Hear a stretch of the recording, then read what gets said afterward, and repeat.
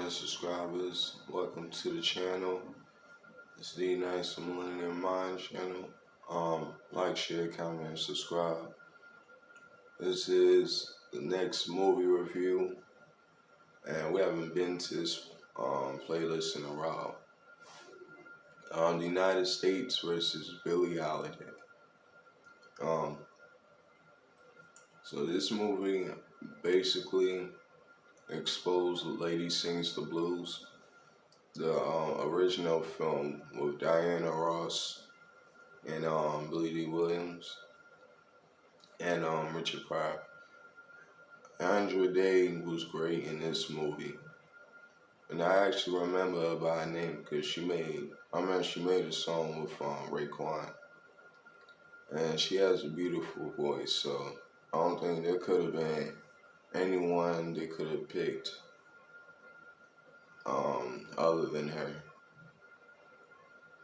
But I could be proven wrong. Maybe there would have been somebody else that could play the same part just as well. It's hard to compare this and the original. Diana Ross had clearly done the better acting, but Andra Day was the real Billie Holiday. And the reason she kept ending up in jail was because of her song Strange Fruit, which was really controversial back in the day.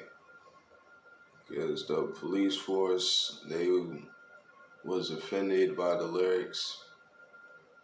Well, not offended, but it was reminded of why they were monsters. Because the song was about lynching. And, it was said that Ku Klux Klan members turned into police officers. And you see that her life could have been easier if she just hadn't sung that song, Strange Fruit. Because that was the thing that kept having her ending up in jail. Because she either had drugs on her or had drugs planted on her.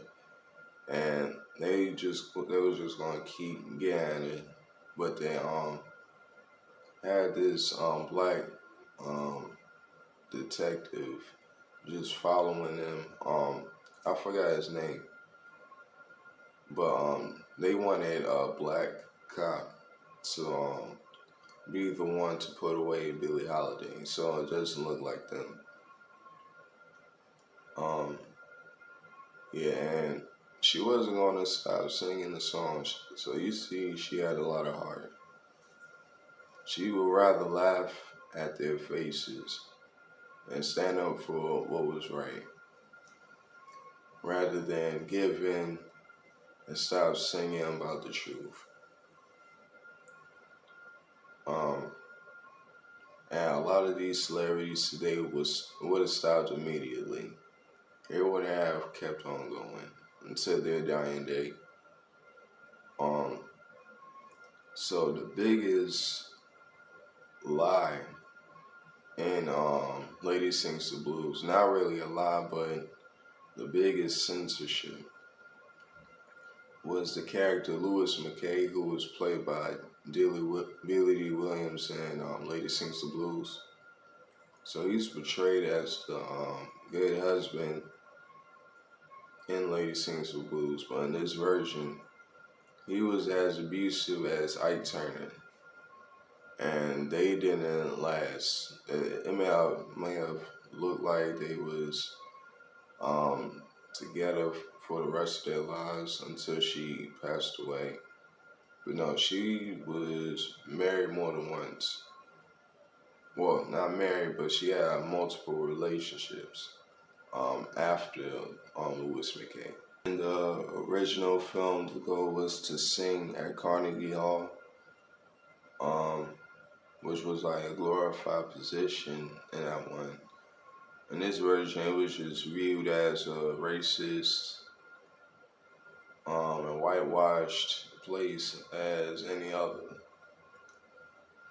And also, they didn't really focus on the piano man. They didn't really have anyone that was that well known as a piano man like the original, who was Richard Pryor. It showed he got beaten down by some like other dudes about some money. So they didn't focus on that in the new version. Um, Finding all of this out, I kind of understand why they didn't even attempt to reveal all of this in the original one, because it probably would have tarnished the image. And it was just released 13 years ago, like, after she passed away. Um, Lady Sings Blues has a larger replay value by many moons. I could watch Lady Sings the Blues every day. This one, not so much. Probably sometimes. But the new version was telling the truth. Man, they didn't hold back any punches, and it wasn't a false love story.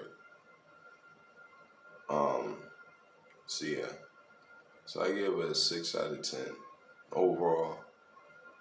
Um, and my favorite Billie Holiday song wasn't even mentioned in this one, which was Night and Day. So like, share, comment. What is your favorite Billie Holiday song, and subscribe. Peace.